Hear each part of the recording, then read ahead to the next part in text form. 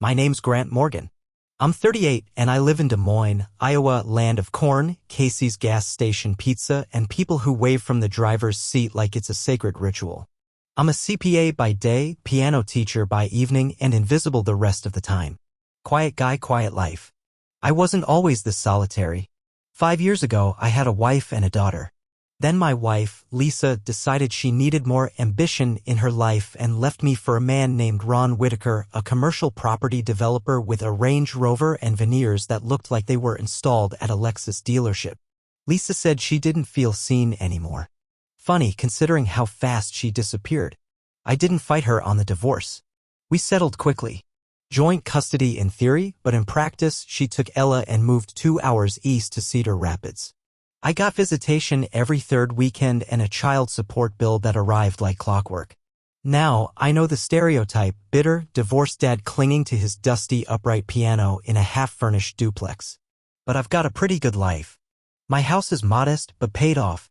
I make a decent living handling taxes for small businesses. I even find peace teaching piano to neighborhood kids. It started with Harper, my neighbor's daughter, who couldn't sit still for anything except Beethoven. Word spread. I never advertised. Didn't need to.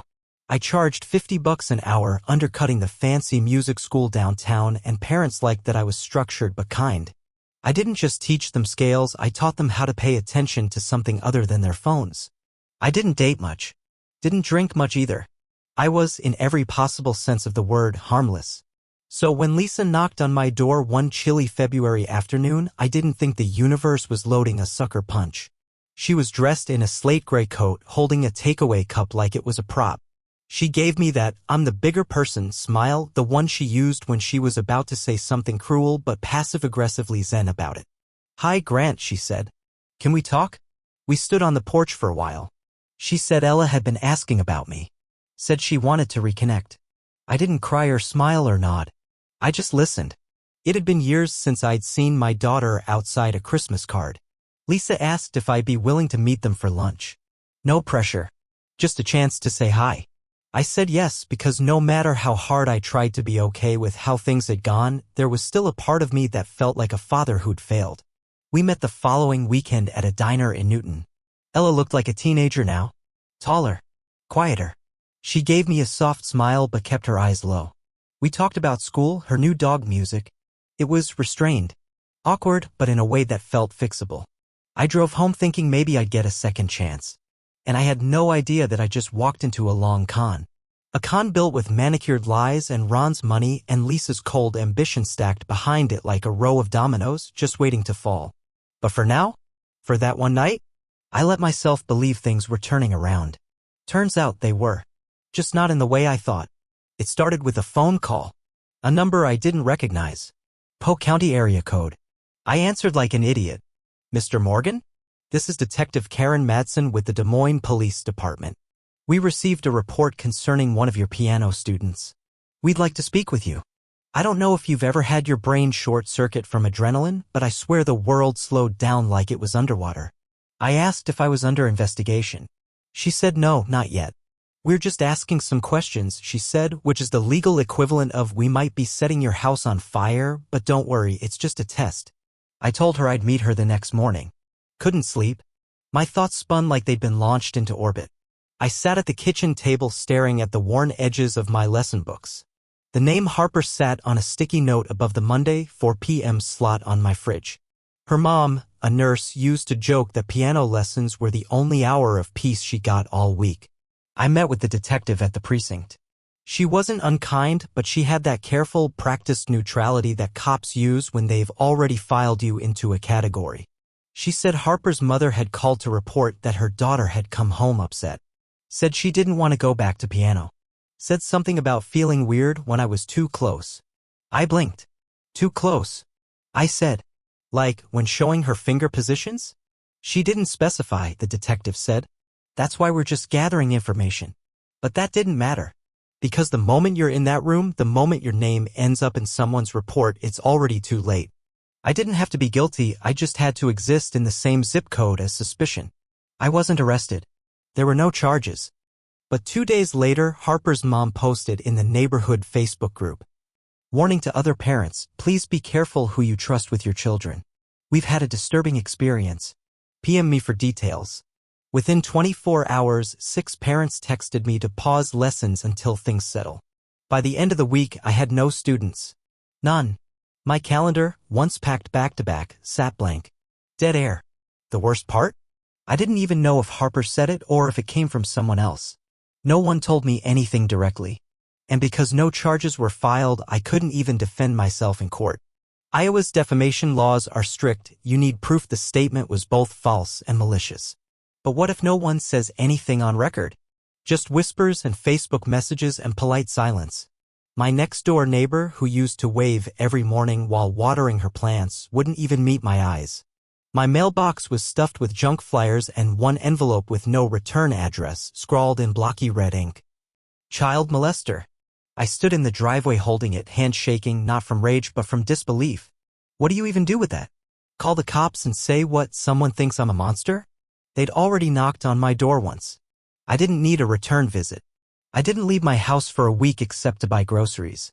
Even then, I kept my head down, half expecting to find my car keyed or my face on some homemade flyer stapled to telephone poles. And then, like a cherry on top of the world's worst sundae, a letter arrived. Custody petition. Lisa was filing to change the arrangement to full legal and physical custody, claiming I was an unstable influence, inappropriately involved in his extracurricular role, and this was Rich showed signs of grooming behavior through prolonged unsupervised access to minor females. I dropped the letter. Laughed once, this hollow, stunned bark that didn't sound like me. Because right then, in that moment, I understood this wasn't a misunderstanding. It wasn't an accident. This was strategy. Lisa had played me like a long note held just long enough to crack. And now she was going to try to erase me from my own daughter's life. That's when I stopped feeling afraid and started feeling focused. Iowa winters hit a certain kind of cold that doesn't just bite your skin, it burrows. Sits in your bones like guilt or shame or something worse, the knowledge that your name is being passed around in whispers and there's not a damn thing you can do about it. The Monday after the petition arrived, I called my attorney. Cheryl Sampson. Straight shooter. Expensive, but not the kind of expensive that smells like fraud. I explained what Lisa had filed. Cheryl asked me 2 questions. Have the police charged you? No. Do you have anything in writing from these parents? Not a word. It's all social.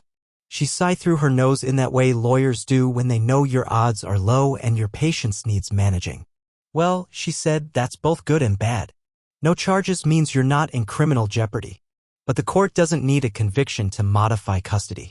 Just a preponderance of evidence. Basically, they need to believe her more than they believe you. So what do we do? Her voice tightened. We disprove. We don't argue character, we attack narrative. But you're going to have to be very calm, very careful, and absolutely squeaky clean from here on out. One wrong word and it's over. I hung up and sat in silence. Not sadness. Not even anger yet. Just that blank, cold clarity, like driving on black ice. No traction, just direction. That week, I started getting subtle signs things were escalating. I'd walk into Hy-Vee and get stared at like I had a tracking anklet. One afternoon, my trash bins were kicked over. Another day, someone left a broken piano key on my porch with a note, "No more lessons for pervs." It would have been pathetic if it weren't so effective. Fear works fast. And Lisa, God, she knew that. She'd been a dental hygienist for years. Sweet voice, steady hands, sharp eyes. She could charm you while holding a metal hook to your gums. Manipulation was muscle memory for her. She knew how to frame a lie without ever telling one. Ella feels uncomfortable around her father, she'd say. He doesn't know boundaries. Not he touched her. Not he hurt anyone. Just uncomfortable. Just concerned. You can't defend yourself against feelings. And then there was Ron.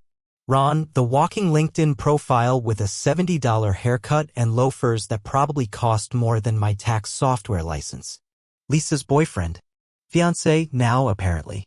He ran a few real estate companies that always looked like startups, except they'd been around just long enough to never actually finish a project. The kind of guy who knows 1,000 ways to shuffle money but never carries cash.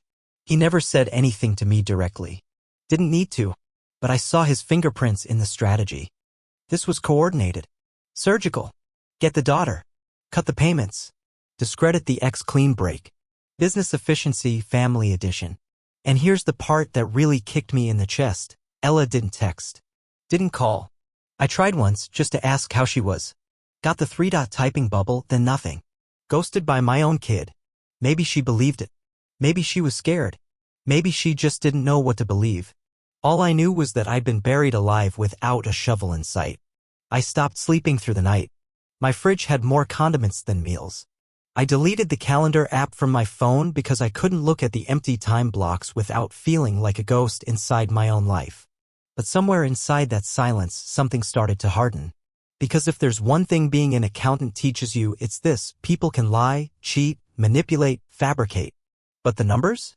The numbers never lie. And I knew exactly where to start. Most people think accounting is just bean counting. Boring spreadsheets and TurboTax ads. But forensic accounting? That's a whole different beast. That's bloodhound work. You learn to sniff out lies buried under 10 layers of totally normal bookkeeping. I hadn't done that kind of digging in a while. Most of my clients were local businesses who needed help staying compliant, not hiding bodies. But this was different. This was personal. I started with Ron. On paper, Ron Whitaker was the kind of guy real estate blogs drool over: self-made, visionary, CEO at 35. In reality, he was the financial equivalent of a house built on styrofoam. Big words, no structure. He ran 3 LLCs, Whitaker Holdings, Elevate Property Group, and a curious little shell called Cedar Street Ventures. All registered in Iowa. I pulled the annual reports, checked their EINs, then cross-referenced the business filings with the Iowa Secretary of State database. That led me to a series of property transactions that didn't smell right. For one, Cedar Street Ventures had reported zero income for 2 years straight. And yet it was buying commercial properties from Elevate at inflated prices and leasing them back to Whitaker Holdings. That's not illegal unless the purpose is to inflate asset values and dodge taxes. I kept going. Found discrepancies in contractor payments. Subvendors listed who didn't exist. Addresses that matched old UPS drop boxes. I mapped everything. Made a ledger of every dollar that went from one company to the next. And that's when I found it. A pattern. Quarterly transfers exactly $49,500 at a time. Just below the federal threshold that triggers mandatory reporting under the Bank Secrecy Act. That's not a coincidence. That's someone trying to fly under the radar.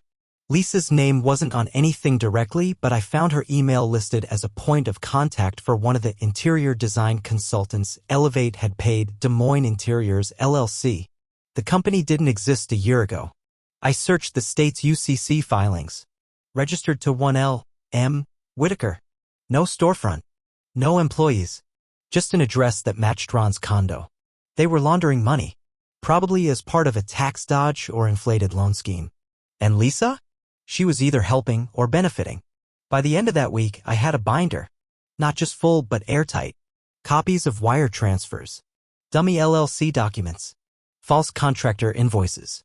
Even a couple of payments tied to an offshore account in Belize that, I'm not ashamed to admit, made me whistle through my teeth. I wasn't just going to fight the custody petition anymore. I was going to pull the pin on the grenade Lisa and Ron didn't know they were holding. I spent that Saturday printing, labeling, highlighting. I wrote a detailed cover letter and sent the whole thing certified mail to the IRS whistleblower office in Ogden, Utah. I included my contact information along with a polite note. As a licensed CPA in the state of Iowa, I believe these filings meet the threshold for fraud under Title 26, Section 7201 of the U.S. Tax Code. I am willing to cooperate as needed.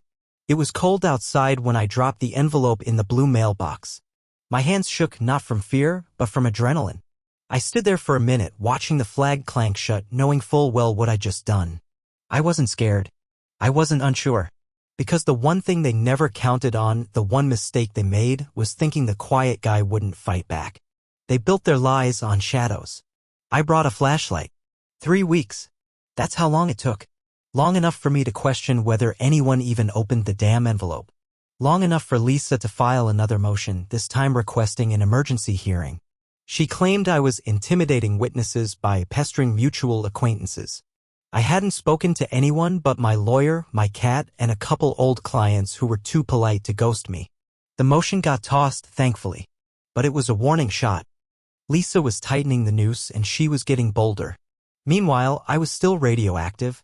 I couldn't get a single new student, and even the grocery store clerk started giving me that "I'm just doing my job" look, like he expected a mugshot to show up any day. Then, out of nowhere, I got a voicemail. Soft voice. Official tone. "Mr. Morgan, this is Special Agent Kelly from the IRS Criminal Investigation Division. I'm calling regarding a packet you submitted recently. We'd like to schedule a call with you to discuss the contents further. Please return the call at your earliest convenience." I just about dropped my phone. Now I've worked with the IRS. The regular side anyway. Audits, 1099s, all that stuff. But CID? That's another world. They don't investigate unless there's real potential for criminal charges. You don't get to that level with math errors and shady deductions. No, that means someone thinks a crime was committed. I called back immediately, heart thumping like a piston. Agent Kelly picked up, calm and professional. She thanked me for the submission, then asked me to walk her through the relationships between the 3 LLCs and the transactions I'd flagged. I did. I explained the money transfers, the missing contractors, the offshore account, the interior design firm with no office but a conveniently familiar address. She didn't say much. Just asked questions. Took notes. Then she said something that chilled me in the best way possible. "You're not the first person to file something on Whitaker Holdings. But your submission connected some dots we didn't have before." My jaw locked. "So he's on your radar?" "He's on our whiteboard," she said. "And your documents gave us probable cause to subpoena his business records.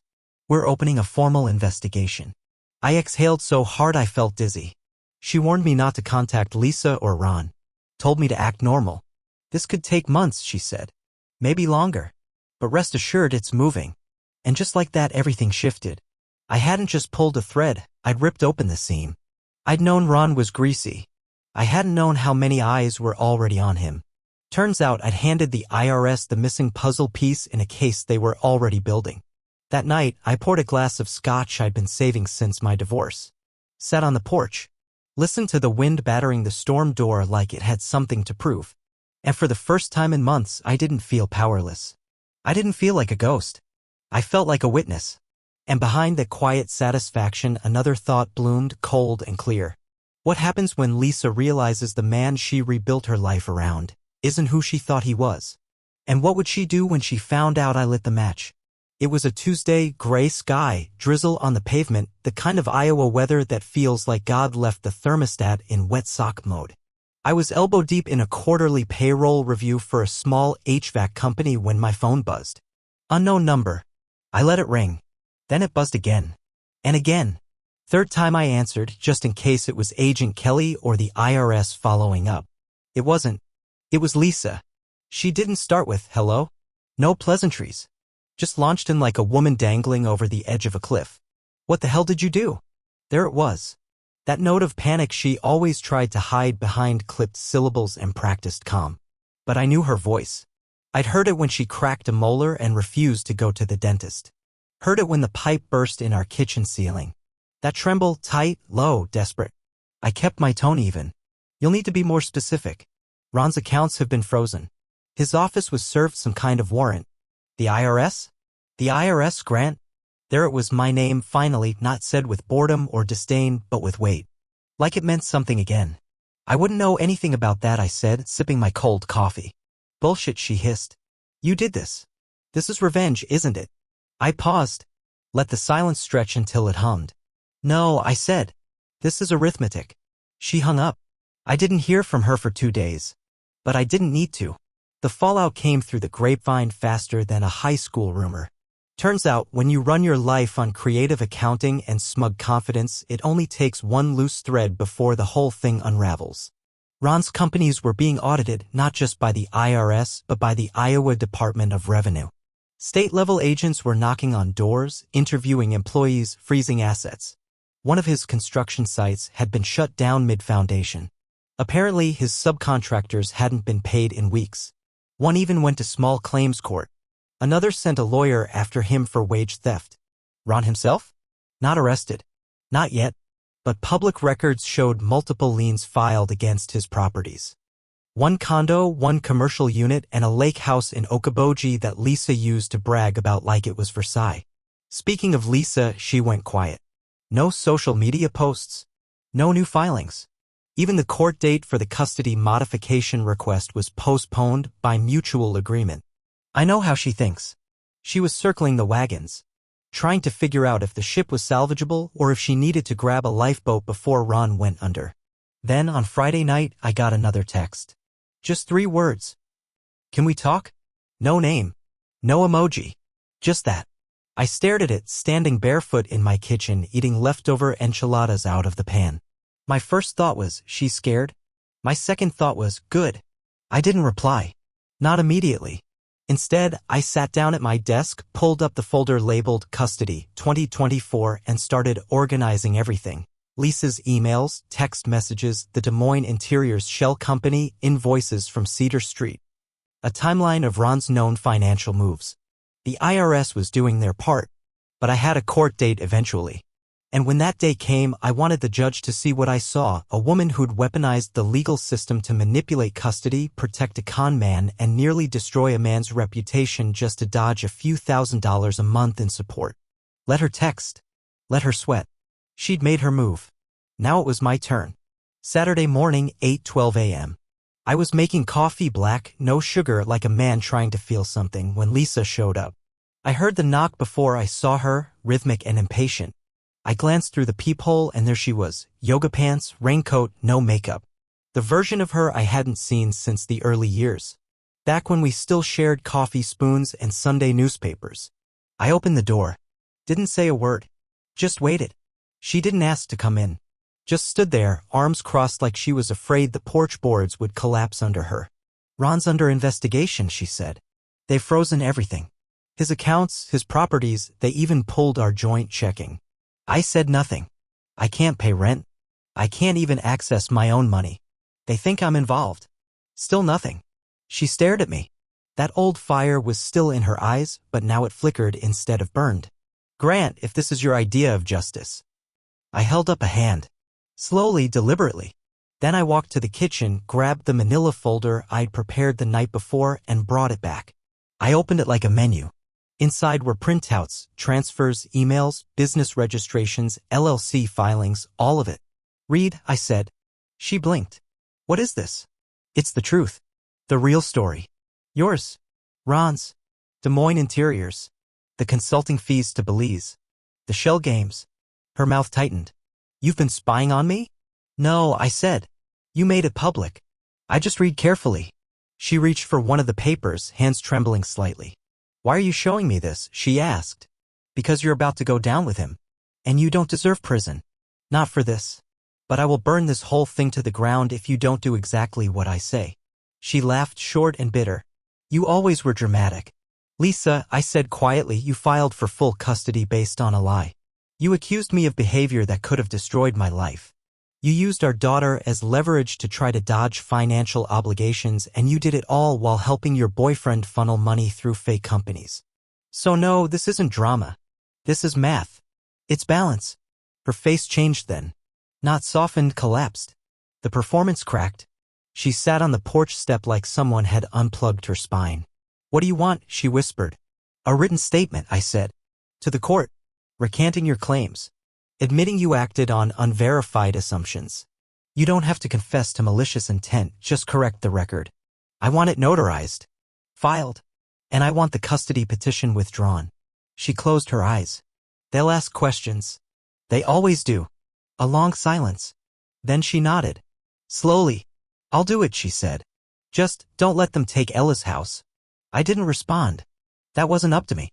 That was up to the IRS and whatever deal she could cut behind the scenes. But I appreciated the shift.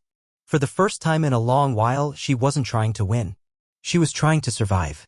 She stood, stepped off the porch, and paused. You know, she said, you always seemed so small. Like you wouldn't fight. I don't fight, I said. I count. She left. 3 days later, the statement arrived in my inbox, then in the court system. Lisa had withdrawn her petition. The official document cited a misinterpretation of events and a desire to de-escalate a situation that has already caused undue stress. Legalese for I lied and I got caught. I printed it. Framed it. Not out of pettiness. Out of relief. Because for the first time in months, I could breathe again. And I wasn't done yet. You'd think when someone signs a sworn statement admitting they misrepresented facts in a custody case, things would start to feel better, cleaner, lighter. They don't. Not at first. Because even when the truth starts rising to the surface, you're still stuck underwater with everything it nearly drowned. The rumors don't reverse. The people who ghosted you don't suddenly send apology fruit baskets. And the memory of a knock at the door from a detective? That doesn't just fade because your ex finally blinked. But what does happen quietly, slowly, is that people start to look again. Really look. I walked into Hy-Vee and the teenage cashier who used to avoid eye contact now gave me a faint nod. My neighbor, the one who used to water her begonias while keeping one eye on my house like I was a ticking time bomb, actually waved. Small things. Microscopic even. But when you've been treated like a threat for months, those small things feel seismic. The court clerk sent me a copy of the withdrawal notice by mail. I opened it like a pardon from the governor. It was only 3 pages, most of it dry legal language. But one sentence hit different. The petitioner no longer believes the respondent poses any risk or concern to the minor child. I read it 3 times. Memorized it like a lyric. It wouldn't undo the damage, but it was the first public brick laid in the wall of my rebuild. A few days later, I got a call from one of my old students' parents. Quiet woman, gentle voice. She apologized. Said she never believed anything happened but panicked when everyone else started pulling out. I just wanted to say I'm sorry, she said. We miss you. I thanked her. Told her I wasn't resuming lessons anytime soon. Which was true. Not because I was scared, but because I wasn't ready to open that door again. Not until the echo of what Lisa had done stopped rattling in my skull. And it was still rattling. What got me through, ironically, wasn't justice. It was work. I buried myself in it. Tax season was approaching, and I took every client I could handle. Built spreadsheets like they were sandbags against the flood. Ran numbers until the guilt and grief and humiliation all blurred into clean, columned order. Then, just as I started to settle into that rhythm, a new envelope arrived. Not from the court. From the IRS. It wasn't a form letter. It was addressed personally. Inside, a single-page update from Special Agent Kelly. A dry summary of ongoing developments in the case against Ron Whitaker with a bullet point that almost made me laugh out loud. Mr. Whitaker's companies are being formally audited and criminal charges are being considered. Your documents were instrumental in establishing probable cause. No news on Lisa's end. She hadn't been charged. But according to the letter, she'd retained legal counsel and submitted voluntary records for review. Translation: she was cooperating. Trying to sidestep the blast radius. I didn't know what would happen next. Would Ron go to prison? Would Lisa get off with a fine and a quiet life somewhere else? No clue. But something else happened that week. A letter. Not from lawyers. Not from the IRS. From Ella. It was handwritten. On college-ruled paper, folded once, tucked in a plain white envelope with just my name on it. Inside, one paragraph. Dad, I don't know what to believe anymore. Mom won't talk about it. Ron won't either. But I saw the news. I saw your name in the case. I think I want to talk. If you're okay with that. Ella. I sat on the edge of the couch holding that note like it was made of glass. I didn't cry. But I felt something crack inside me in the best way. Maybe it wasn't over. Maybe I hadn't lost her completely. And maybe, just maybe, the truth had started to echo louder than the lies. There's a specific kind of silence that comes after surviving something that should have ended you. Not peace exactly. More like stillness with a heartbeat underneath. The kind of quiet where you know something's coming, but this time you're ready. I called Ella. Her voice was careful at first. Polite. Distant, like she was still working out if I was the man her mother had warned her about or the man she barely remembered building her a dollhouse out of reclaimed wood and glue that wouldn't stick. I don't know who to believe, she said more than once. I don't blame you, I told her every time. We met at a diner, not the same one where Lisa and I had sat across from each other all those months ago, but another off the highway, somewhere neutral. Ella ordered a milkshake. I stuck to black coffee. My hands shook when I held the mug, but I kept them on the table. Visible. Honest. She asked questions. I gave honest answers. Not dramatized. Not softened. Did I ever hurt anyone? No. Did I know Ron was doing something illegal? Not at first. Why did I send it to the IRS? Because it was right. Because no one else would. She listened. Quiet. Then she said something I hadn't expected. Mom said you were trying to ruin her life. I nodded. She tried to erase me first. That landed hard. She didn't respond. Just stirred her milkshake like she was afraid to look up and see me bleeding. We talked for 2 hours. By the end, we weren't healed. But we were human to each other again. That was more than I could have asked for. And then, just as the world started to feel livable again, the news broke. Local developer indicted on federal charges. Tax evasion, wire fraud, and money laundering. Ron's smug face, pre-tan, post-arrest, was plastered all over the Des Moines Register. Mugshot and all. The article mentioned the IRS investigation, detailed some of the business structures, hell, even quoted a source close to the case who mentioned whistleblower documentation was crucial in opening the books. I didn't grin. Didn't fist pump. Just folded the paper and laid it beside my coffee. Later that day, I got a voicemail from Lisa. I didn't listen. I deleted it. Then came a certified envelope. From her lawyer. Inside, a notarized agreement. Lisa was relinquishing any future custody claims. In exchange, she wanted to negotiate a cooperative co-parenting plan that allowed Ella to choose the pace of visitation. No more accusations. No more filings. Just silence. The kind with actual peace under it. I signed the agreement. Sent it back. I included no note, no message, no flare of self-righteousness. Just a signature. Grant Morgan. And that was the real revenge. Not the indictment. Not the financial collapse. Not even the reversal of the custody lies. It was the fact that I hadn't just survived what they threw at me. I had outlived their version of me. And they had to watch as the real one stood back up. 6 months later, I stood on stage at a small community hall on the east side of Des Moines. Nothing fancy, just beige walls, fold-out chairs, a piano I'd helped the city tune for free, and a modest audience of 30 parents, kids, and old-timers who still believe in handshakes. I wasn't playing. That part of my life was still quiet, still sacred. But I was introducing a new student recital. A dozen kids I'd never taught, but who had come up through a local nonprofit that needed a volunteer to handle logistics. I offered. Quietly. No press, no flyers, just service.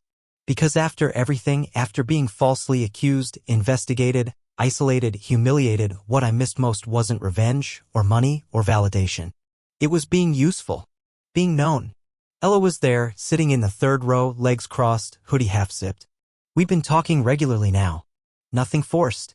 Just calls, some dinners, a few slow walks through Gray's Lake Park with her new rescue mutt, Baxter, who drools on everything and has the attention span of a moth on caffeine. She hadn't gone back to living with me. That would take time. Maybe it wouldn't ever happen. But she asked questions now. Stayed curious. Called me Dad again without flinching. And that was enough. Lisa moved back to Cedar Rapids. Quietly. No farewell post, no blowout fight. The court had seen her pattern for what it was. She avoided formal charges thanks to her cooperation with the feds, but her social circles evaporated. People don't trust the architect of a lie once the scaffolding collapses. Last I heard, she was working part-time at a private clinic. Renting. Driving a used Camry. She still has Ron's last name, though. If I had to bet, I'd guess she tells people it's no relation. Ron? He took a plea. 5 years, minimum. White-collar facility, of course, one of those taxpayer-funded country clubs where the fences are more metaphor than metal. He lost everything. His businesses, his property, even the Okoboji Lake house that was never really his to begin with. According to a public filing, he owes over $2.4 million in restitution. I got a check, actually. From the IRS. Whistleblower reward. Not life-changing, but enough to fix the siding, upgrade the HVAC, and put a little aside. I didn't use it on myself. I used it to fund a scholarship at that nonprofit piano program. Named it after my mother, who taught me how to play and how to keep my head down when life gets loud. The Marianne Morgan Fund. For kids who need a quiet place to learn when the rest of their life is too loud to listen. That's how you heal. Not with fireworks or fists. Not with headlines or handcuffs. But by rebuilding brick by honest brick until the truth stands taller than the lies ever did. Some nights I sit at my own piano, keys worn soft by years of use, and play the same old pieces I taught to Harper, to Noah, to the dozens of others who once filled my living room with noise and nervous fingers. And in those moments, I don't feel like a man who was betrayed. I feel like a man who came back. Not to punish. To play. To teach. To be.